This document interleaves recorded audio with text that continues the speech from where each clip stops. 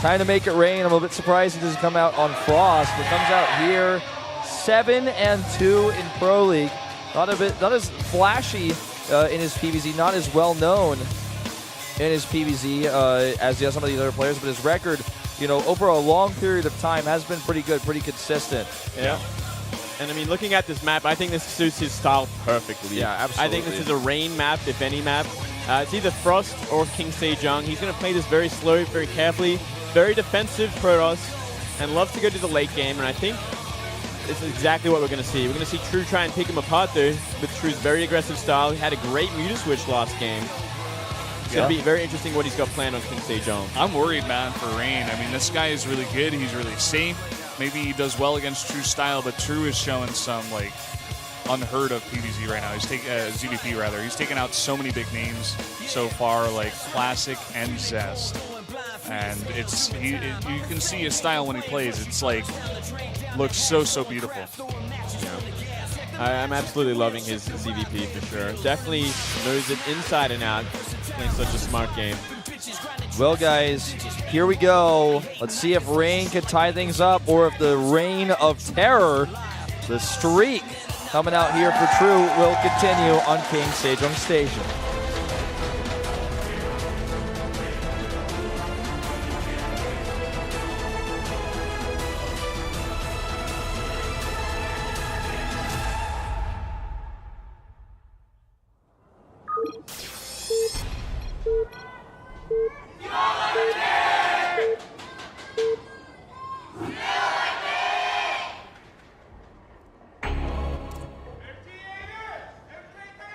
Down here in the bottom right, it's Rain for SK Telecom. The Archangel Protoss. And up to the top left, in green for JINAIR. It's True. Making some impressive wins so far already, back-to-back. Can he get a third one? Pretty terrifying right now. Like you said, Brendan, he's beaten some really good Protosses. Protosses who have been doing consistently better than Rain overall, in general, especially in individual leagues. But Rain, clearly prepared for this type of situation. Also will play a very different game here. I think Rain, even though a lot of players like to take a fast third base on this map without doing Phoenixes, I think he's still going to do the Phoenixes. Yeah, I think so too. Phoenixes are great on this map, considering it gives you complete map control, gives you all the scouting you ever want, and it's a great transition into a third base, into Colossi. And it's definitely Rain's style. I don't know if we'll see anything else. It kind of depends on where the Overlords are and if you can sneak out an Oracle or not, which is another way to kind of go about it. Yep. And I think we'll actually see a Nexus first, unless this drone is actually going to cause some problems. I also want to mention, by the way, the GG girls for SKT. Their names are Yunji and Jisung. So those are their earlier. So. Oh, okay. They're cute too, man. They're the cuties. Yeah. They are. I'm a big fan. Big fan. I heard that you had a real vocal connection with one of them, Brendan. Yeah, today they actually said hello to me. I was waiting outside the studio for Moon. In English or Korean? In Korean. Oh. So you could say things are getting pretty serious. Yeah, actually they're getting pretty serious. Things are getting pretty serious right here. What? Oh no, Hatch block. That is cute. I like that. He's going to send down enough probes to kind of get it canceled. It won't actually finish with this many probes. It'll have to be canceled.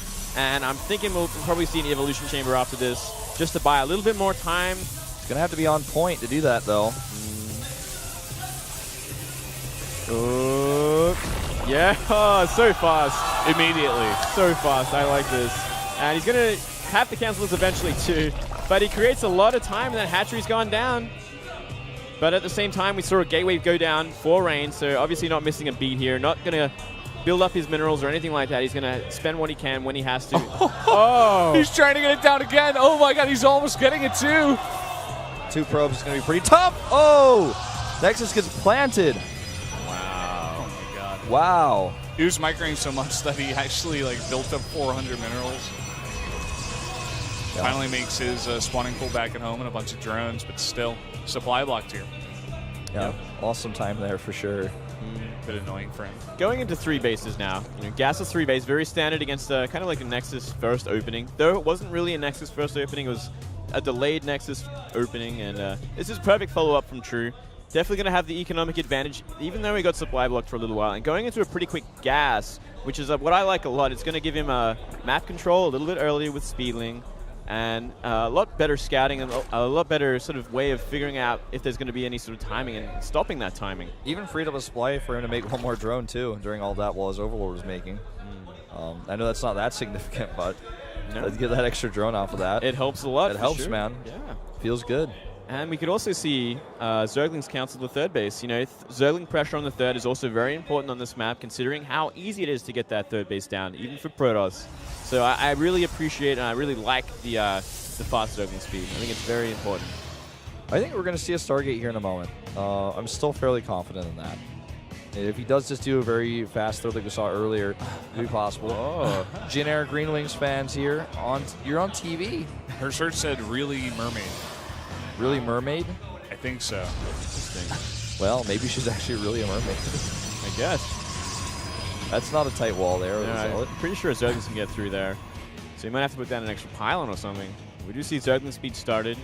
You see a lot of saturation.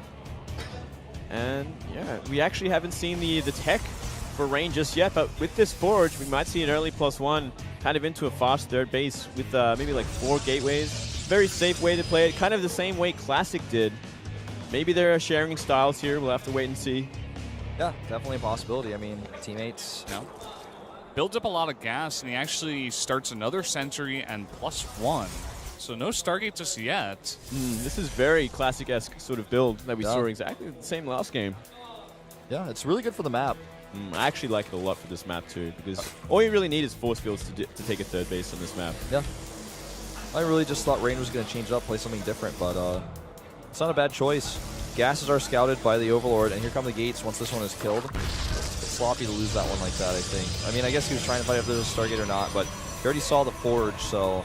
Saw the Forge researching, he also saw 3 Sentries, so I mean at that point, it's a lot of gas. It's a pretty late Stargate. Yeah, I mean it's a lot of gas. It could also be like a Robo. It could be like some sort of weird like Immortal all-in on this map, which is very rare and kind of unheard of for a reason, considering the rush distance is so long. Yeah. But, you know, you got to be one safe. with it against Roro. You got to be safe. You got to... It could even be a Warp Prism with the Sentries. You got to know these things or it could just kill you. Yeah, for sure. Well, here's the third base. He's got already 3 Sentries up to hold that. And he's going to be building more and more. I'm going to wall that cannon off. So basically identical builds here. And he's got that pressure that he can use. It's a little bit tougher to use on this map because, like you said, multiple times, it's a very long rest distance by ground. So when he wants to move across to those Sentries and be a bit aggressive, it's going to take a little bit longer. But considering the state of things in this game, too, you might actually see that Roach Warren with the Sentries and say, you know what, I don't even want to move over there. I need to actually get set up to the fan and don't want anything bad to happen. He's actually going up to a pretty high number of gates here. He's going to go up to 7 in total. Yeah, you know what? We could even see an empty third kind of mass gateway all-in at this point. We don't really see Blink being researched or anything. Probes. Yeah, it's going to be +1 gateway all-in. He could even cancel the Nexus. I mean, I don't think he will, but I mean, he could potentially if he's really going to commit to this like an all-in. Yeah, well, it doesn't even have to be an all-in at this point. If he kills the third base, if he kills this third hatchery and just goes home, recalls home, saturates the third base, goes into Colossus Tech or something and follows it up, it could definitely work. He turns around, he wants to fight the Zerglings knowing they don't have speed, and picks off, it looks like maybe 2 of those, at least 1. Stalker here gets trapped, but doesn't matter. He's like very happy to trade these. There's already more forward pylons closer to that hatchery, so he's not really worried about losing this one. And he's got so many extra pylons, so he's not concerned about supply block either. He's got exactly what he needs here. 10 Sentries, 6 Stalkers. A few Roaches are on the way, and Zergling Speed's about to finish. Roach Speed, on the other hand, not quite ready yet. And let's see. They're actually going to even queue up more pylons right on top of the creep here. And there's so many Sentries. This is going to be the game-deciding moment potentially here. Those force fields are insane! Those force fields block out so much of the army, and a huge time warp on those units as well. Getting kind of trapped, one of the Sentries in there, but he will be okay. He's going to be warping in a ton more units with those 7 gates, but still a lot on the way here for Drew. He's got more Roaches, more Lings. He's got Roach Speed done as well, and he comes from both sides with the drones as well. Yeah, both sides of the drones, but Lings are getting in at the back a little bit, and those Roaches are doing some damage here.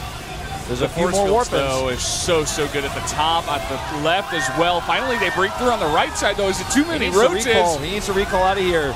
He's too much as well. He doesn't have any energy. He doesn't have the energy for a recall. And Drew holds, and that's going to be game. That's game. That's a beautiful hold. He started making Roaches early enough. He had Link speed early enough. He shut down all the pylons. He read that it was going to be an empty third base all in, and he reacted perfectly.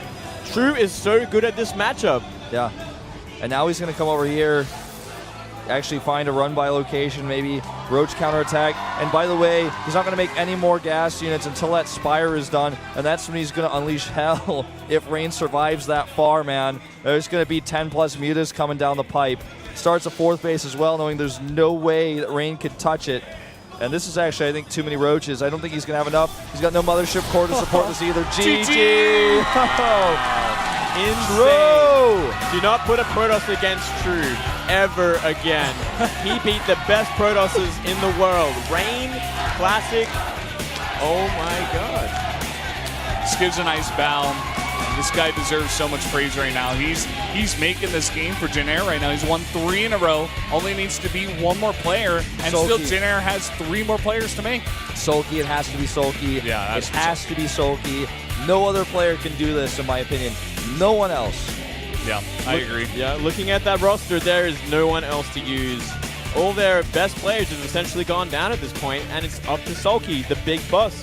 One of the most consistent Zergs also, maybe kind of shadowed by Su, but still, he's top of the line, he's up there, and he's got to make it work. And he can against these players. Talk about other possibilities. Parting, they've used him in as a last player before in playoffs, in fact. Keep that in mind. He did not succeed against Zest. He was the last player to fall. We have Dark. Dark in his EVZ. Can he win the rest of the games? Probably unlikely. Fantasy, no way. Bravo and Soxtree, I don't think so. So for me, I think it's got to be Sulky here. If they use Parting, they better have a very good reason why. Because I don't think it's smart to send out, first of all, another Protoss, and then can Parting actually win against all these players? You know, can he actually get those consecutive wins he needs beyond this? Yeah, that's the big thing here. You need someone to take down True, but then you also need someone for SOS and possibly Rogue after that. Maybe even Cure if he's got something prepared for Sulky. Who knows? Yeah, I mean, looking at for Parting even. Yeah, Parting. He's a great player for sure. He's definitely up there. But I mean, when I think of Parting and when I think of Sulky, I still think they're on different levels. And Sulky has proven himself time and time again, even against these players that he's up against. Yeah. Well, the JINAIR coach really stressed he wants this win. It's so important. It's so important. There's so much money on the line. Those points that move him ahead of KT. And SKT coach, like, to take a sip of water, man. No, man, that's Pocari Sweat. Oh, is it? Oh, sorry, I didn't even see. Yeah, just take a sip of that magic water. Yeah. And even Boxer looking a little bit stressed. You can see his head down there at the very bottom. Oh, the screen's now gone, but... Yeah, well, I mean, for Uv, Boxer is his mentor, and he's losing. His team is losing in front of his mentor. He's feeling ashamed right now. He has to bring it back. Whoever he chooses has to win. They have to win, man. There's no other choice. It's the very last life